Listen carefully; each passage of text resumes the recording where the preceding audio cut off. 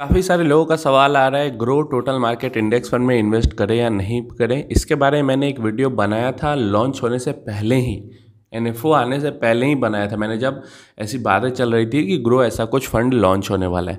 अभी देखो, इसके अंदर इन्वेस्ट करें या ना करें ये मैं बताता हूँ। पहले ये समझ लो ये फंड है क्या। देखो, अगर आप grow total market index fund में इन्वेस्ट कर रहे हो तो इसका मतलब है कि आप एक ही फंड में इन्वेस्ट करके आप लार्ज कैप में भी इन्वेस्ट कर रहे हो, मिड कैप में भी कर रहे हो, स्मॉल कैप में कर रहे हो, माइक्रो कैप में भी कर रहे हो। क्योंकि ये इंडेक्स जो है ये कॉपी करेगा निफ्टी का जो 750 टॉप 750 स्टॉक्स का जो इंडेक्स होगा उसको।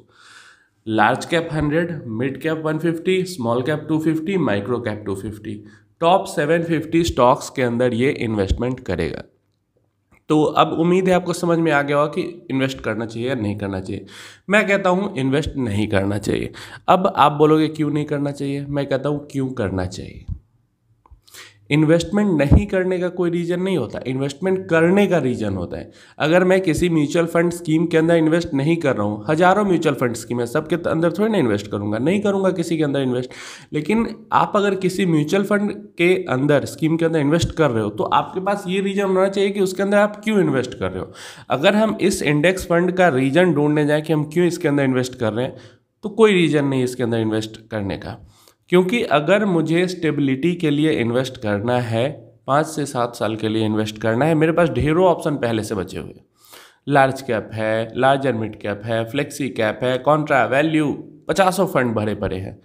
तो हम उनके अंदर इन्वेस्ट कर सकते हैं जो कि बढ़िया रिटर्न्स देंगे, इससे तो बढ़िया रिटर्न्स देंगे मुझे उम्मीद है। इसके बाद हमारे पास आ जाता है, अगर हमें 8 से 12 साल के लिए इन्वेस्ट कर रहा है और तो हम मिड कैप इवन 12 साल 10 साल से ऊपर के लिए इन्वेस्ट करना है, हम स्मॉल कैप के अंदर भी इन्वेस्ट कर सकते हैं। प्लस अगर हमें 15 साल के लिए ही इन्वेस्ट कर रहा है, ग्रोथ के साथ थोड़ी बहुत स्टेबिलिटी भी चाहिए, तो हम large cap type of investment के साथ mid and small cap type of investment मिला के इन्वेस्टमेंट कर सकते हैं। सब कुछ तो हमारे पास पहले से अवेलेबल है। हमने गोल्स के अकॉर्डिंग अपना पोर्टफोलियो भी डिज़ाइन करके रखा हुआ है, फंड भी सेलेक्ट करके रखे हुए हैं। लॉन्ग टर्म के लिए हमने स्मॉल कैप में इन्वेस्ट कर रखा है, मिड टर्म के लिए मिड कैप में इन्वेस्ट करके रखा है, शॉर्ट टर्म के लिए लार्ज कैप के अंदर इन्वेस्ट करके रखा है।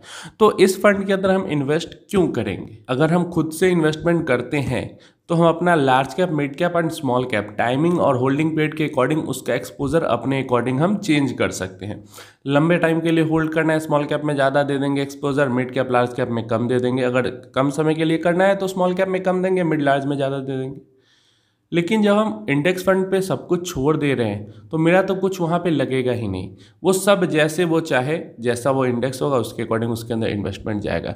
इन माय ओपिनियन इस म्यूचुअल फंड स्कीम का रियलिटी में किसी भी इन्वेस्टर के लिए कोई यूज़ नहीं है।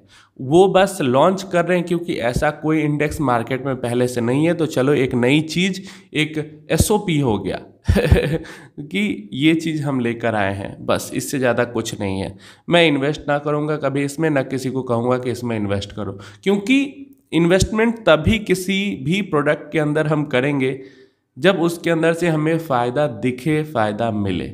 लेकिन यहाँ पे ना कोई फ़ायदा दिख रहा है, ना कोई फ़ायदा मिल रहा है, और ना कुछ ज़रूरत इसकी समझ में आ रही है। अगर आपको कोई इसकी ज़रूरत समझ में आ रही है कि एक साथ आप 750 स्टॉक्स के अंदर में इन्वेस्टमेंट कर दो, तो नीचे कमेंट में बताना, मुझे कोई ज़रूरत समझ में नहीं।